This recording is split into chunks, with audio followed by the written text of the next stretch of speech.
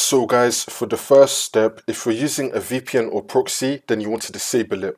For the second step, you want to go to search and type in view network connections. Click on it. And now once you run this, you want to find your network adapter, double click on it, and then click on properties, and then click on Internet Protocol version 4.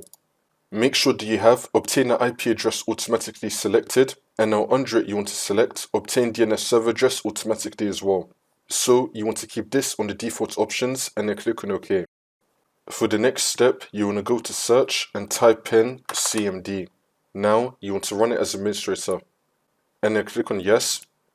And now once you run this, you want to type in ipconfig space /flush DNS and then click on enter.